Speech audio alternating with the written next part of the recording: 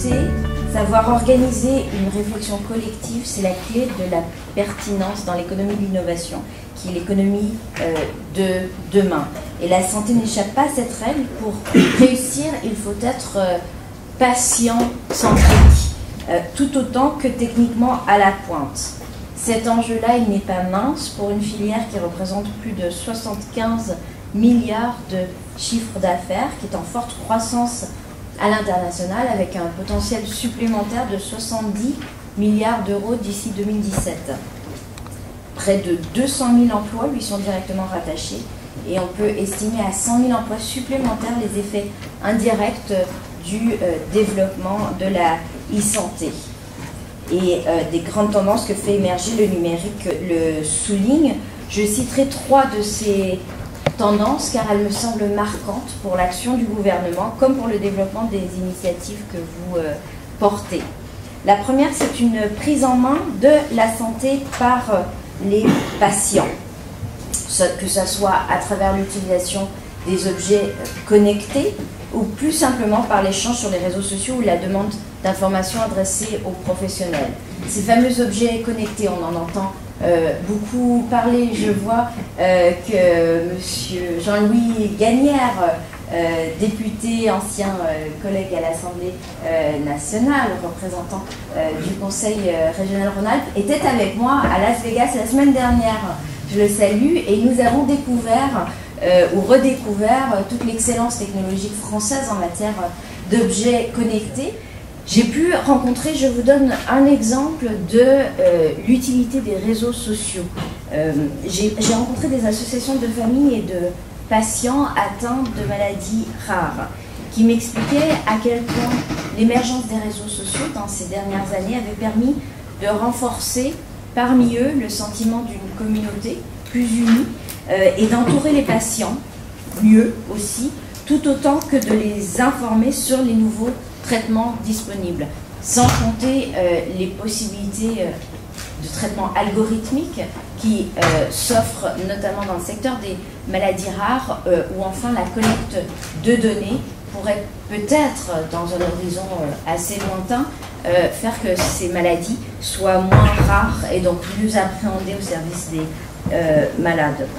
Je suis donc particulièrement sensible à cette dimension humaine, collaborative que portent les Living Labs et qui doit être, à mon sens, une source d'inspiration pour l'action publique de manière générale. Deuxièmement, deuxième tendance numérique dans le secteur de la santé et deuxième enjeu pour l'action du gouvernement, celle d'une modernisation et d'une transformation numérique des systèmes de soins eux-mêmes. Le numérique est déjà très présent dans nos pratiques de santé en France, en ville, avec les cartes vitales et la pratique individuelle de nombreux médecins qui, de plus en plus, échangent par courriel directement avec leurs patients. C'est bien, ça permet un échange d'informations rapide, ça permet d'instaurer une relation de confiance plus forte encore. Il ne faut pas sous-estimer la difficulté du passage au numérique pour en particulier les professions médicales. Je discutais avec une amie qui est médecin généraliste dans un centre hospitalier au Canada, au Québec plus précisément, et elle me disait qu'avec les ordonnances complètement informatisées, finalement elle passe plus de temps à remplir des dossiers informatiques qu'à discuter avec ses patients. C'est en doute une première phase d'adaptation qui nécessite une formation, qui nécessite une simplification des outils à disposition, mais c'est une phase qui, si elle est passée sans trop de douleur, permettra certainement d'introduire tout de même plus de cohérence et de rationalité dans le suivi des patients. Alors j'ai dit en ville, à l'hôpital aussi, avec des plateaux techniques de haute technologie. En décembre dernier, Manuel Valls et moi-même organisions un événement de présentation des start-up à Matignon. Nous y avons accueilli une entreprise, entre autres, qui permettait aux opérations de chirurgie de gagner en précision grâce à la numérisation 3D du corps du patient. Et là aussi, en ce domaine, les entreprises françaises sont assez performantes et arrivent à vendre des produits très technologiques à beaucoup d'hôpitaux à travers le monde. les dispositifs médicaux eux-mêmes deviennent de plus en plus connectés. Et l'action du gouvernement encourage les partenariats entre les pôles de compétitivité, d'une part, lorsqu'ils sont numériques en particulier, comme Cap Digital par exemple, ou systématiques, et les pôles de santé, comme Médicène en Ile-de-France, comme Eurobiomed à Montpellier, ou encore Lyon Biopôle, pour n'en citer que quelques-uns. Mais plus largement, les avancées à venir viendront de la meilleure interconnexion de ces îlots technologiques, d'un meilleur suivi des patients à travers le système de soins. Numériser le parcours de soins fait l'objet de plusieurs mesures du gouvernement. C'est le cas, par exemple, du dossier médical partagé que le futur projet de loi de santé relance, notamment sur la base d'une gouvernance refondée. Alors ils ont dit, oulala, c'est un dossier difficile à aborder, un peu polémique, voire contentieux. Je ne suis pas ministre de la Santé, c'est pas mon domaine, est-ce qu'il m'appartient de me prononcer sur ce sujet? Vous savez que je suis un peu le poil à gratter du gouvernement. Je crois que oui, je peux me prononcer sur ce sujet, ce n'est pas moi qui prendrai les décisions finales, mais ma préoccupation, c'est d'abord de rappeler que oui, c'est à mon sens, un outil qui peut être formidablement utile dans le suivi, dans la mémoire de l'historique des traitements du patient tout au long de sa vie. J'en parle d'autant plus aisément que c'est vrai que j'ai grandi dans un pays où un tel dossier existait, et ce depuis au moins 40 ans, c'est pas informatisé. Et en revanche, la question se pose de qui doit conserver, posséder ce dossier et en conserver les données. Est-ce le corps médical? Est-ce la sécurité sociale? Est-ce l'État et les institutions publiques? Ou est-ce le patient? Et je crois que d'autres pays ont expérimenté en ce domaine pour réaliser au final que finalement il était peut-être plus logique de laisser la liberté d'utiliser ou pas ce dossier aux patients. C'est un avis tout personnel que j'exprime ici, mais je crois qu'il faut en ce domaine non pas voir le dossier médical personnalisé comme un serpent de mer d'une complexité inextricable de laquelle on ne pourrait pas se sortir, mais comme un outil possible d'innovation au service des patients. Mais pour cela, il faut savoir faire confiance et, à mon sens, accepter l'idée que ce dossier, eh bien, il appartienne aux patients. Alors, sur la question du programme de territoire de soins numériques, c'est un programme qui est doté de 80 millions d'euros de fonds d'investissement. C'est donc un budget conséquent, surtout à l'heure actuelle, qui est en partie géré par le ministère de l'économie et des finances dans le cadre du plan d'investissement d'avenir, avec cette idée qu'aujourd'hui les territoires de santé, ils sont numériques et il faut encourager toutes les initiatives en ce domaine.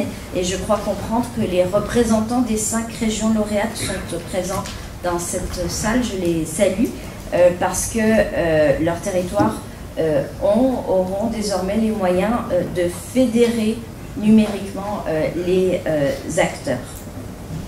Enfin, la santé, comme l'ensemble de nos activités, est marquée par l'émergence de la donnée. C'est sans doute là la révolution la plus importante. Plus de données permettent le développement des fameux 3P, une médecine personnalisée, une médecine préventive et une médecine prédictive. Ces développements appellent naturellement un cadre protecteur des données personnelles et une relation de confiance entre patients et professionnels de santé et des données de santé. L'enjeu en matière de protection de la vie privée, l'enjeu économique est immense. Immense, surtout pour un pays qui est le pays dans le monde qui possède la base de données centralisée la plus importante en quantité et en volume concernant les données de santé dans le monde. Vous imaginez bien que cela aiguise beaucoup les appétits, notamment de la part de ces géants de l'Internet qui ont déjà des programmes et des ambitions d'expérimentation dans le domaine de la e-santé. Je pense nécessaire de le rappeler, l'émergence de techniques quantitatives nouvelles, ce que l'on appelle le big data, les mégadonnées, ne peut pas se substituer à l'humain. si IBM a son docteur Watson, on m'a présenté cette technologie logicielle la semaine dernière aux États-Unis. Il me semble élémentaire qu'une intervention médicale soit avant tout une intervention humaine. Et ce discours, je le tiens concernant la santé, je le tiendrai aussi concernant l'école, par exemple. On peut parfois appréhender l'avènement du numérique comme étant associé à une disparition ou en tout cas à un recul de l'humain et de la relation humaine entre le patient et les représentants du corps médical. Naturellement, il ne s'agit aucunement de faire l'apologie d'un progrès technologique au détriment de l'humain, bien au contraire. C'est l'un des principes posés dès 1978 dans la loi informatique et liberté. Aucune décision produisant des effets juridiques ne peut être imposée à une personne par un ordinateur et sans intervention humaine. Ce principe doit être renforcé. Et le projet de loi numérique, dont je présenterai les grands axes cet après-midi même à l'Assemblée, comportera des éléments sur le droit des algorithmes, notamment sur l'obligation de loyauté et de transparence qui doit entourer l'action des plateformes qui proposent des services numériques. J'insiste devant vous sur ces questions, car si la nouvelle frontière réside dans l'économie de la donnée, eh bien ces données, elles doivent être fiables, et les conditions de collecte et de mise en œuvre nécessitent bien souvent une médiation, un accompagnement, une confiance, et ces éléments, les Living Labs, peuvent contribuer à les offrir. Trois grandes tendances donc pour la filière de santé associée au numérique: la participation des patients, l'interconnexion des dispositifs, des professionnels des systèmes numériques et enfin l'essor de la donnée. Ces évolutions des métiers et ces avancées technologiques doivent être au service de notre modèle social, qui est un choix politique assumé, qui distingue la France de nombreux autres partenaires à travers le monde. Il me semble important de souligner deux dimensions politiques fortes que je souhaite porter dans le travail gouvernemental et que j'espère vous partager. Tout d'abord, la pertinence de la démarche d'innovation ouverte pour imaginer ensemble les solutions aux défis de la santé, comme de l'innovation en entreprise ou de la rénovation des services publics. C'est la première ambition du projet de loi numérique que je porterai cette année, donner à la France une avance par l'innovation ouverte, par cette culture de la donnée. C'est au cœur de la philosophie d'action des Living Labs que de faciliter cette rencontre des usagers et des producteurs de services.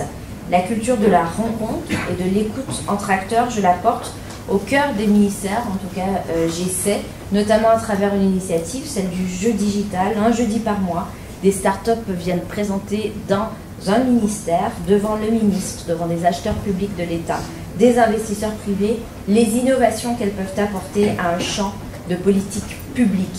Après le ministère des Sports, en novembre, j'aimerais organiser un tel événement avec Marisol Touraine, un jeu digital au ministère de la Santé avant l'été prochain, pour que cette démarche d'innovation ouverte soit intégrée dans les réflexes des acteurs publics et institutionnels. Les grands ont besoin de l'agilité des petits. L'innovation, elle est toujours plus rapide et la recherche et développement en interne ne suffit plus toujours à comprendre d'où viendront les disruptions technologiques demain. Et puis les innovateurs ont besoin de l'accumulation des données qu'ont pu constituer les plus grands groupes. Je me réjouis donc de voir ici ce mélange des grandes entreprises. On me dit que Sorin est présent, Orange aussi, ou d'associations et de start-up, certaines même venues du Canada. J'ai une pensée particulièrement affectueuse pour elles, pour que se croisent les expériences et que les acteurs s'enrichissent de leurs expériences mutuelles. Cette politique de soutien très proactif aux startups, elle s'incarne en deux mots, la French Tech. Il s'agit d'être fier des entrepreneurs innovants français qui se trouvent dans les territoires au plus près des besoins des patients, des utilisateurs, comme à l'international dans leur ambition de conquérir des marchés.